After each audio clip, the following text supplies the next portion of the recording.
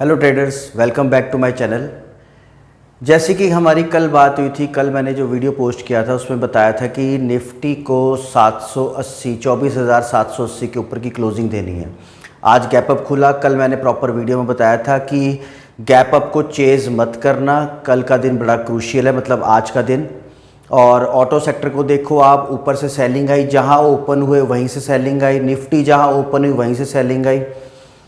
Totally जहाँ भी open हुई है कोई भी चीज़, निफ्टी हो, स्टॉक्स हो, वहीं से सेलिंग आई है।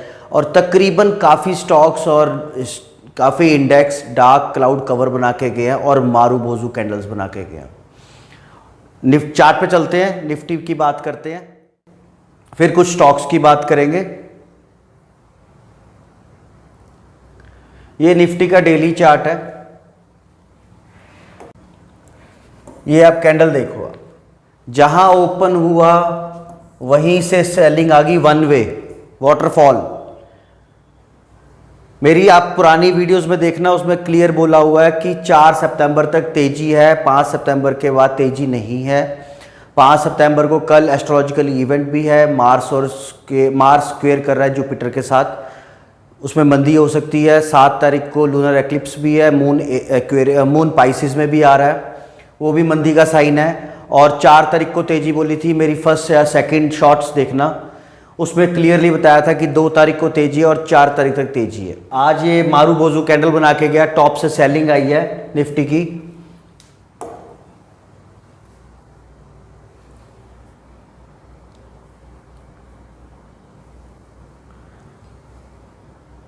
डिसेंडिंग ट्रायंगल में काम कर रही है, डिसेंडिंग ट्रायंगल में काम कर रही है। आज भी इसी को टच किया है, जो ट्रेंड लाइन ऊपर से आ रही थी उसको टच किया है। हेड एंड शोल्डर का ब्रेकडाउन है, वो अभी नहीं आया। हो सकता है कल से ये नीचे की लेग दोबारा से एक बार रीटेस्ट करे 24,350 को, फिर ऊपर जाए, फिर नीचे आए, ऐसे कर सकता है। ये ए है, बी, सी, डी, ई। अभी ये इसी पैटर्न में चलेगा, दोबारा रीटेस्ट कर सकता है 24,350 को। कल की देखते हैं, आज एक क्लोजिंग दे देता 24,780 के ऊपर, हम बुलिश हो जाते। ये प्रॉपर रिजेक्शन लिए इसने, और यहां से ऊपर जा सकता है, फिर ये नीचे आ सकता है। ये अभी 16 सितंबर तक यही करेगा। और मंडे 7 तारीख से श्राद्ध भी शुरू हो रहे हैं, तो 16 सितंबर तक श्राद्ध भी हैं। ये इसी के पैटर्न में ही मूव करेगा। बैंक निफ्टी अपना ये वाला गैप, जैसे कि कल की वीडियो में मैंने बताया था कि बैंक निफ्टी गैप फिल कर सकता है 54,460 का। उसने आज गैप फिल कर दिया और गैप के बाद वहीं से ही सेलिंग आई है। दोबारा से रीटेस्ट कर सकता है नीचे, कोई मना नहीं है, आ सकता है। इट्स बेटर कि आप अभी इंडेक्स को छोड़ के स्टॉक स्पेसिफिक काम करो। स्टॉक स्पेसिफिक में आपको ज्यादा पैसा बनेगा एज कंपेयर टू इंडेक्स। अभी हम कुछ स्टॉक्स की बात करते हैं। ये टाटा स्टील है, डेली चार्ट पे ये जहां ओपन हुआ वहीं से सेलिंग आई है, लो पे क्लोज हुआ। जहां ओपन वही हाई, जहां क्लोज वही लो। और ये डार्क क्लाउड कवर है, लास्ट टाइम यहां से ये रिजेक्शन ली थी, अब दोबारा से ये नीचे की जर्नी स्टार्ट करेगा। टाटा स्टील पे आप ध्यान रखना। कल मैंने आपको बताया था, कल मैंने जो वीडियो डाली थी उसमें मैंने गेल के बारे में बात की थी। कल जैसे बात हुई थी कि अपने जो हेड एंड शोल्डर का ब्रेकडाउन आया था इसका, उसको रीटेस्ट किया कल, 181 से रिजेक्शन ली। अब ये नीचे की जर्नी स्टार्ट कर रहा है। इसका टारगेट 160 का है, जो इसका गैप डिस्टेंस है उसके हिसाब से 160 का इसका टारगेट आ रहा है। गेल पे नजर रखना। पावर स्टॉक्स है वो भी दिखा देता हूं आपको, वो भी थोड़े से बियरिश नजर आ रहे हैं। टाटा पावर है, टाटा पावर पे नजर रखना, ये भी बियरिश है। बियरिश एनगल्फिंग कैंडल बना के गया आज, दोबारा से रीटेस्ट कर सकता है इसे 370 के लेवल को।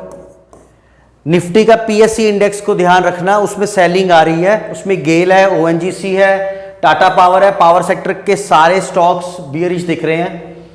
200 EMA को आज इसने टच किया, वहीं से सेलिंग आई है।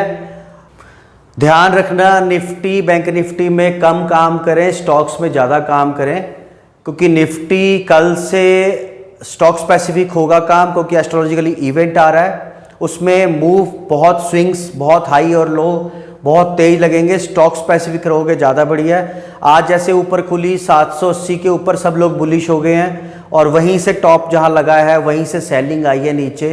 और 780 मैं इसलिए कह रहा हूँ क्योंकि 50 EM में उसका डेली चार्ट पे था, उसके ऊपर गई है, खुला ही उसके ऊपर 980 के ऊपर, वहीं से सेलिंग आई और लो पॉइंट पे जाके बंद हुई। Same bank Nifty, same stocks.